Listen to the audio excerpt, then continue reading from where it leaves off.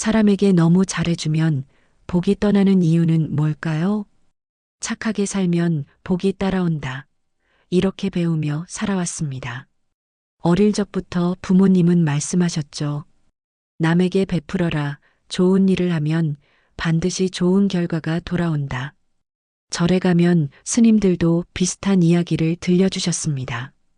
선업을 쌓으면 복이 따라오고 공덕을 지으면 삶이 밝아진다고요. 그래서 우리는 열심히 착하게 살려고 노력했습니다. 누가 부탁하면 먼저 나서고 힘든 사람을 보면 도와주고 때로는 내 것을 포기하면서까지 남을 배려했습니다. 분명 좋은 일을 하고 있다고 믿었습니다. 그런데 이상하게도 친절할수록 내 마음은 더 지치고 오히려 나를 가볍게 여기는 사람이 늘어난 경험 있으신가요? 그 사람은 부탁하면 다 들어줘라는 소리를 들으며 어느새 당연하게 여겨지는 존재가 되어버립니다. 내가 베푼 만큼 돌아오는 건 감사가 아니라 더 많은 요구였고 선의는 때로 이용당하는 빌미가 되었습니다. 밤마다 스스로에게 묻습니다. 내가 뭘 잘못한 걸까? 착하게 사는 게 잘못된 건가? 부처님께서는 이미 2500년 전에 이 혼란을 꿰뚫어 보셨습니다. 경전 곳곳에서 부처님은 단순히 착한 행동만으로는 부족하다고 말씀하십니다. 중요한 것은 지혜입니다. 팔정도를 보십시오. 정견으로 시작합니다. 올바른 견해, 즉 지혜가 먼저입니다. 그 다음에 정사유, 정어, 정업이 따라옵니다. 지혜 없는 선행은 방향을 잃은 배와 같습니다. 아무리 열심히 노를 저어도 바른 곳에 닿지 못하고 때로는 위험한 암초로 향하기도 합니다. 부처님께서는 명확히 말씀하셨습니다. 지혜 없는 선행은 나를 해치고 복마저 흩어지게 한다. 이것은 선행 자체를 부정하는 말이 아닙니다. 오히려 진정한 선행이 무엇인지, 어떻게 해야 나와 남 모두를 이롭게 하는 참된 자비를 실천할 수 있는지를 가르쳐 주시는 말씀입니다. 왜 지혜 없는 선행이 나를 해치는 걸까요? 왜 착한 마음으로 한 일이 오히려 복을 흩어지게 만드는 걸까요? 오늘은 부처님의 가르침 속에서 그 이유 6가지를 함께 살펴보겠습니다. 이 6가지를 이해하는 순간 여러분은 비로소 진정한 자비와 헛된 희생을 구분할 수 있게 될 것입니다. 잠시 구독과 좋아요로 응원해 주시면 영상 제작에 큰 힘이 됩니다. 감사합니다. 첫 번째, 끝없는 예스는 나를 무너뜨린다. 부처님께서는 제자들에게 이렇게 물으셨습니다. 내가 강물에 빠진 사람을 구하려다 함께 빠져 죽는다면 그것이 자비인가, 어리석음인가? 제자들은 대답하지 못했습니다. 부처님은 말씀하셨습니다. 먼저 내가 헤엄을 칠 줄 알아야 남을 구할 수 있느니라.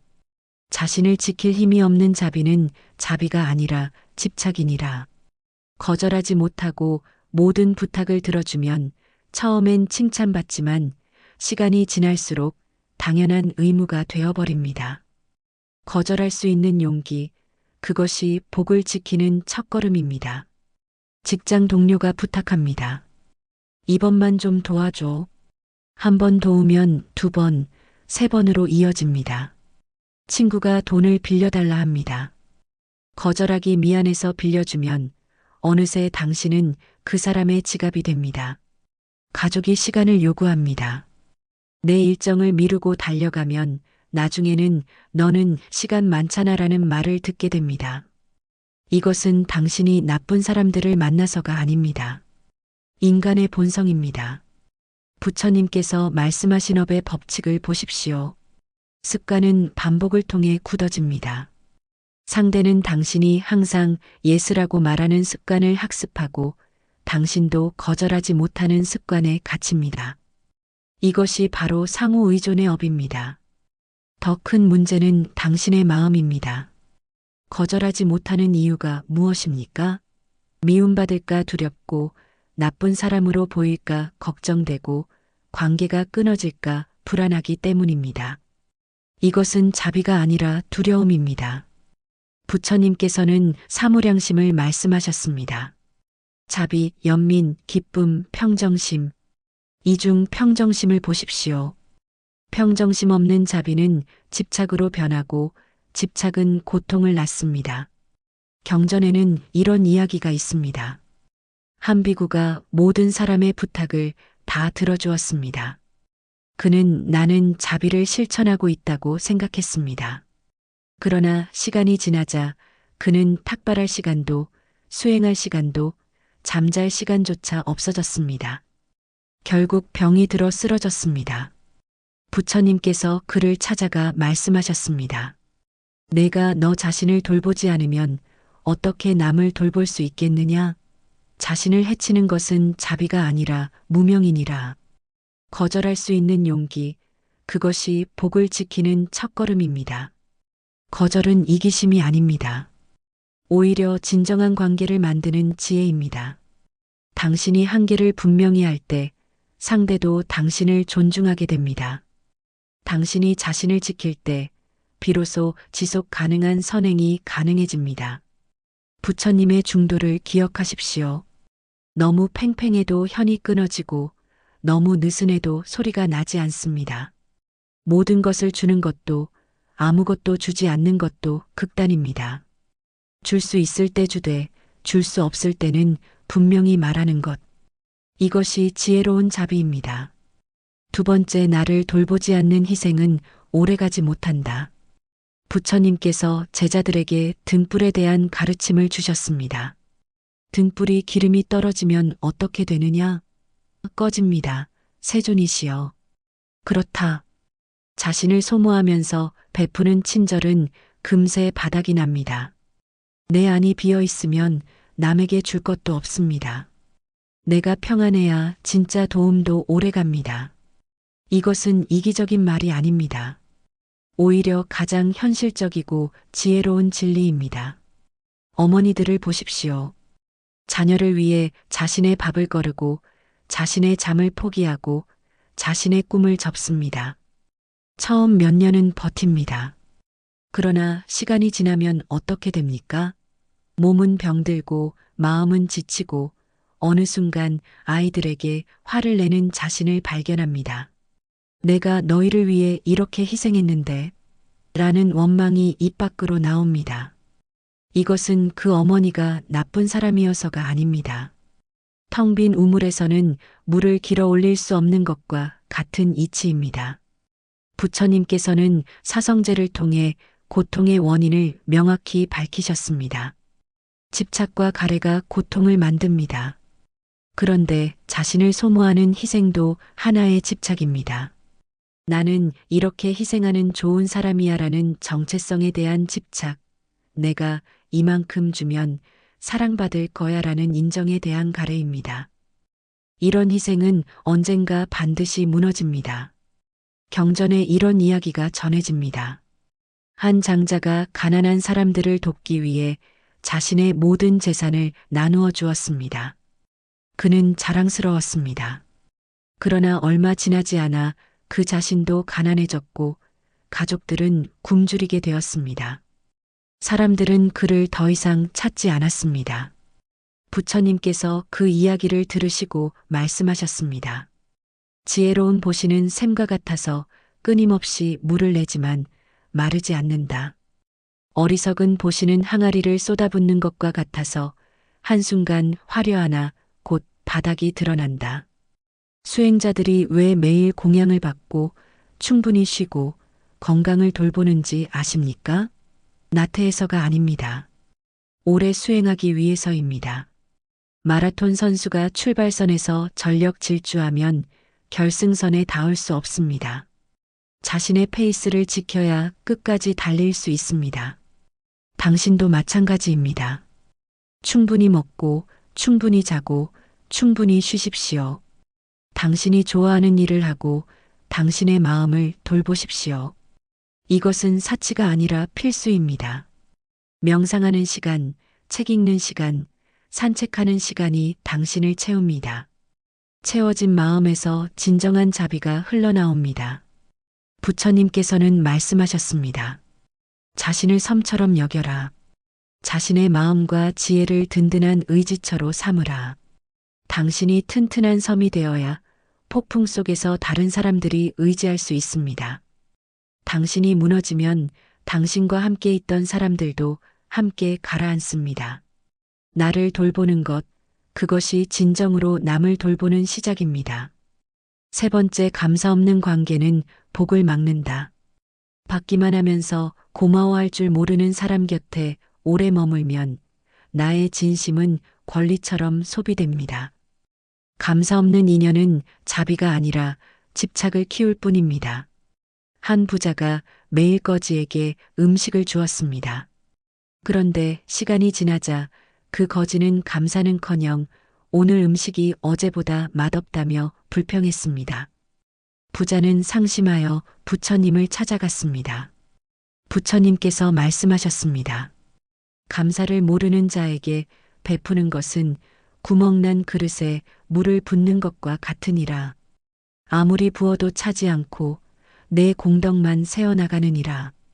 받기만 하면서 고마워할 줄 모르는 사람 곁에 오래 머물면 나의 진심은 권리처럼 소비됩니다. 감사 없는 인연은 자비가 아니라 집착을 키울 뿐입니다. 이것은 냉정한 말처럼 들릴 수 있지만 부처님께서 가르치신 연기법의 명백한 진리입니다. 당신도 경험해 보셨을 겁니다. 누군가를 열심히 도와주는데 그 사람은 당연하다는 듯 받기만 합니다. 고맙다는 말 한마디 없이 더 많은 것을 요구합니다. 처음에는 이 사람이 힘들어서 그러겠지 하고 이해합니다. 그러나 시간이 흐를수록 당신 안에 무언가가 쌓입니다. 서운함, 허탈함, 때로는 분노까지. 당신은 스스로에게 묻습니다. 내가 왜 이렇게 화가 날까? 나는 착하지 못한 사람인가? 아닙니다. 이것은 자연스러운 반응입니다. 부처님께서 말씀하신 업의 법칙을 보십시오. 모든 행위에는 결과가 따릅니다.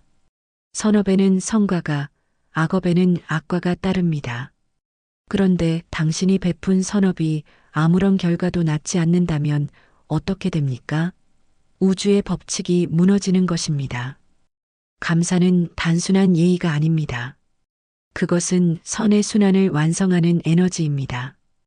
경전에는 이런 가르침이 있습니다. 은혜를 모르는 자는 두 가지 악업을 짓는다. 하나는 받은 은혜를 헛되게 하는 것이고 다른 하나는 베푼 자의 공덕을 막는 것이다. 감사하지 않는 사람은 자신만 손해보는 게 아닙니다. 당신의 복까지 막아버립니다. 마치 강물의 흐름을 막는 돌처럼 그 관계는 더 이상 생명력이 흐르지 않습니다. 그렇다면 어떻게 해야 합니까? 부처님께서는 분별 없는 보시는 어리석음이라 하셨습니다. 땅을 가리지 않고 씨앗을 뿌리면 어떻게 됩니까? 좋은 땅에 떨어진 씨앗은 싹을 틀지만 돌밭에 떨어진 씨앗은 말라 죽습니다. 보시도 마찬가지입니다. 받을 준비가 된 사람에게 주어야 그 선업이 꽃을 피웁니다. 감사할 줄 아는 사람을 보십시오. 작은 도움에도 진심으로 고마워하고 그 은혜를 기억하며 언젠가 갚으려 노력합니다. 이런 사람 곁에 있으면 당신도 기쁘고 더 돕고 싶은 마음이 생깁니다. 이것이 바로 선의 순환입니다.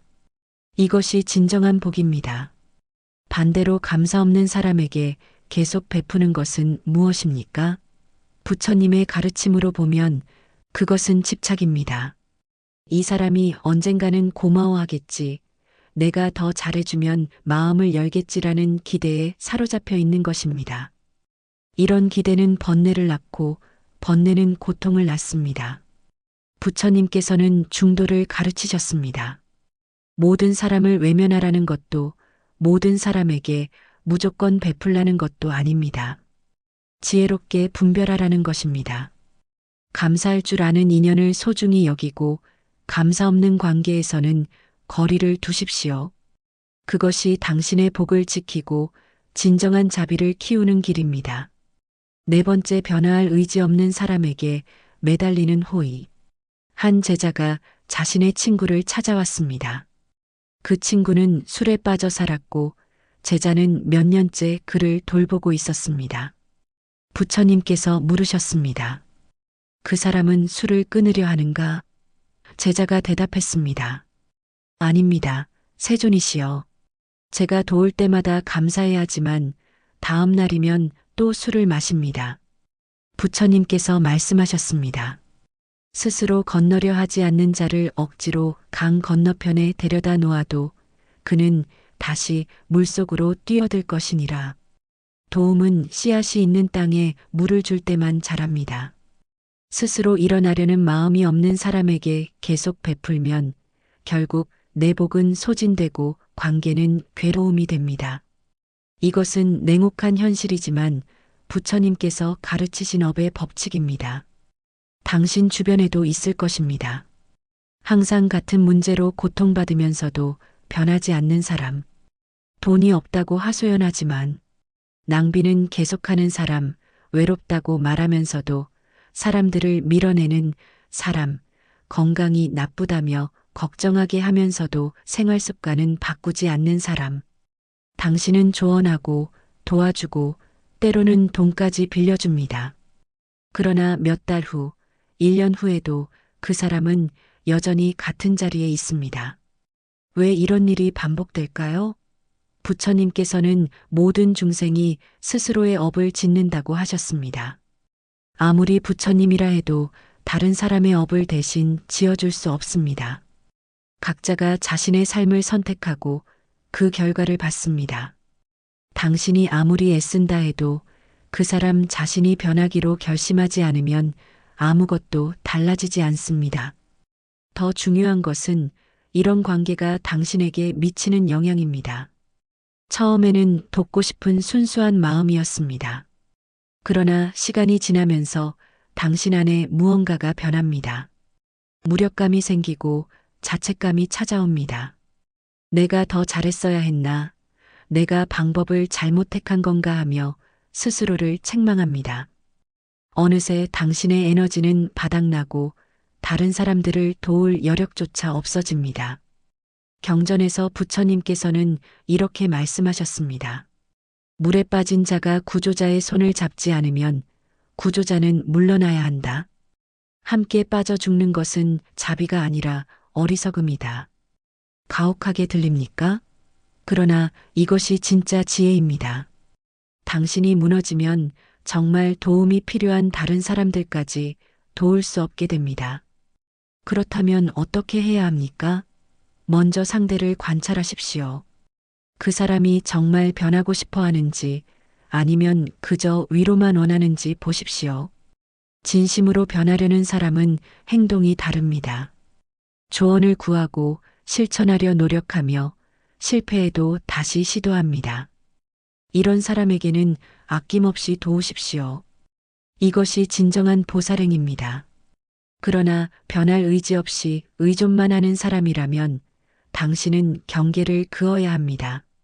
나는 여기까지만 도울 수 있다고 분명히 말하십시오.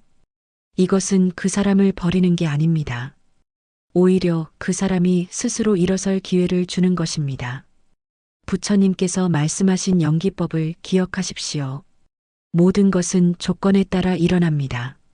당신이 모든 것을 해주면 그 사람은 스스로 할 조건을 만들지 못합니다. 자비는 무한정 퍼주는 것이 아닙니다. 상대가 설 수 있도록 손을 내밀되 일어서는 것은 그 사람의 몫입니다. 당신의 복은 소중합니다. 그 복을 진정으로 받을 준비가 된 사람을 위해 아껴두십시오. 5번째 조건이 섞인 친절은 거래가 된다. 부처님께서 사위국에 계실 때 한 장자가 찾아와 말씀드렸습니다. 세존이시여, 저는 가난한 이웃들에게 많은 것을 베풀었습니다. 그런데 제가 어려움에 처했을 때 아무도 도와주지 않았습니다. 저는 배신감을 느낍니다. 부처님께서 조용히 물으셨습니다. 그대는 그들이 갚아주길 바라며 베풀었는가? 장자는 잠시 침묵하다 고개를 끄덕였습니다. 부처님께서 말씀하셨습니다. 그렇다면 그것은 보시가 아니라 장사였느니라. 장사에는 항상 손해의 위험이 따르는 법이니라. 언젠가 나도 보답받겠지라는 기대는 깨지는 순간 원망이 됩니다. 주는 즉시 내려놓고 이미 다 주었다고 생각하는 것. 그것이 원망 없는 선행입니다. 부처님께서 가르치신 가장 깊은 지혜 중 하나가 바로 이것입니다. 우리는 대부분 이렇게 살아갑니다. 친구에게 친절하면서 속으로 생각합니다. 나중에 내가 힘들 때 이 사람이 도와주겠지. 동료를 도와주면서 기대합니다. 이번에 내가 도왔으니 다음번엔 저 사람이 나를 도와주겠지. 가족에게 희생하면서 마음속에 담아둡니다. 내가 이렇게 해줬으니 나중에 나를 소중히 여기겠지. 이것은 너무나 인간적이고 자연스러운 마음입니다. 그러나 부처님께서는 말씀하십니다. 이것이 바로 고통의 씨앗이라고. 금강경을 보십시오. 부처님께서는 무주상보시를 말씀하셨습니다. 상에 머물지 않는 보시입니다. 내가 준다는 생각, 받는 사람이 있다는 생각, 무언가를 주었다는 생각, 이 모든 집착에서 벗어난 베품입니다. 왜 이것이 중요할까요? 집착이 있는 곳에 반드시 실망이 따라오기 때문입니다. 당신도 경험해 보셨을 겁니다.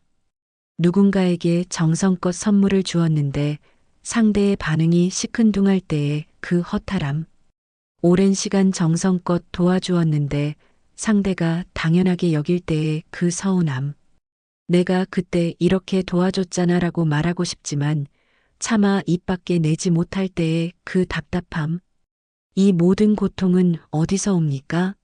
바로 조건이 섞인 친절에서 옵니다. 경전에 이런 이야기가 있습니다. 어떤 사람이 길 가던 새에게 먹이를 주었습니다. 다음 날도 그 다음 날도 그 새는 찾아왔고 사람은 기쁘게 먹이를 주었습니다. 그런데 어느 날 새가 오지 않았습니다. 그 사람은 화가 났습니다.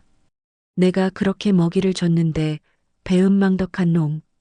부처님께서 이 이야기를 하시며 말씀하셨습니다.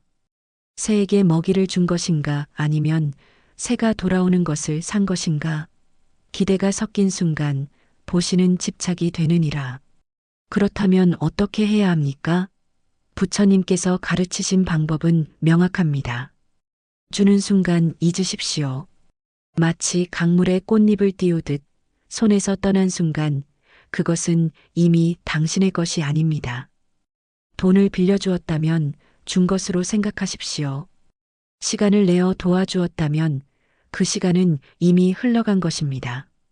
진심을 다해 베풀었다면 그것으로 완성입니다. 이것이 어려운 이유는 우리의 자아가 개입하기 때문입니다.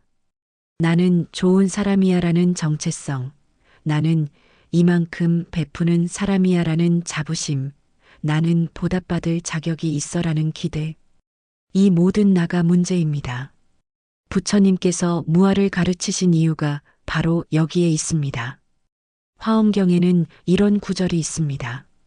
보살이 보시할 때는 삼륜이 청정하니 내가 준다는 생각도 없고 받는 이가 있다는 생각도 없고 준 것이 있다는 생각도 없느니라. 이것이 진정한 자비입니다. 조건 없는 사랑입니다. 오해하지 마십시오.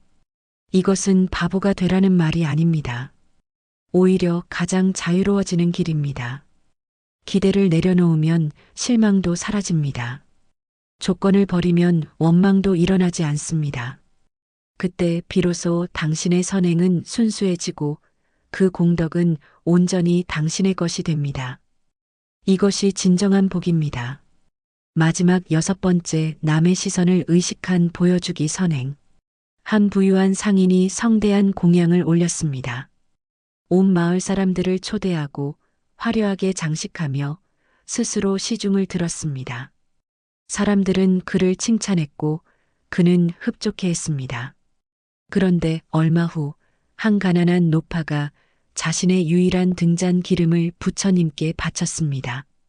아무도 보지 않았고 아무도 칭찬하지 않았습니다. 부처님께서 제자들에게 말씀하셨습니다. 저 상인의 공양은 연기처럼 흩어질 것이나 저 노파의 등불은 천년을 타오를 것이니라. 사람의 눈을 의식한 선행은 바람에 날리는 먼지와 같고 진심에서 우러난 보시는 산처럼 움직이지 않느니라.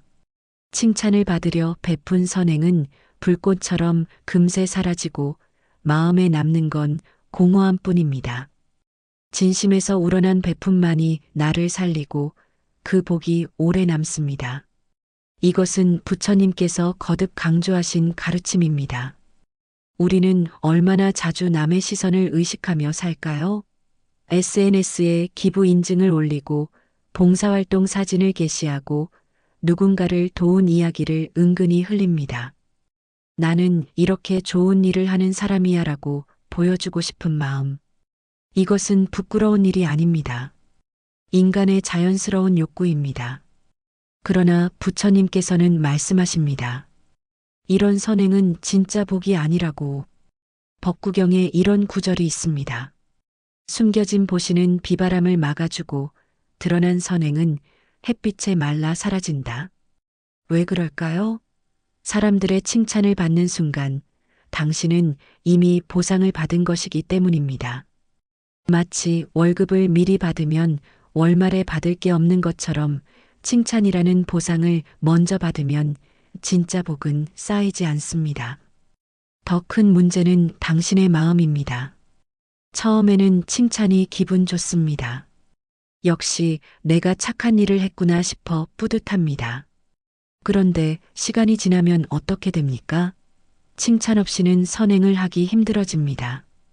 아무도 보지 않는 곳에서 좋은 일을 할 동기가 사라집니다. 결국 당신은 칭찬의 노예가 됩니다. 이것이 바로 부처님께서 경계하신 집착입니다. 경전에는 이런 이야기가 전해집니다. 두 사람이 각각 천냥을 보시했습니다. 한 사람은 북을 치며 모든 사람에게 알렸고 한 사람은 밤중에 몰래 놓고 갔습니다. 부처님께서 말씀하셨습니다. 북을 친 사람의 복은 이미 소진되었으나 조용히 놓고 간 사람의 복은 영원히 남으리라. 명성을 구하는 자는 명성을 얻고 복을 구하는 자는 복을 얻느니라. 당신도 경험해 보셨을 겁니다.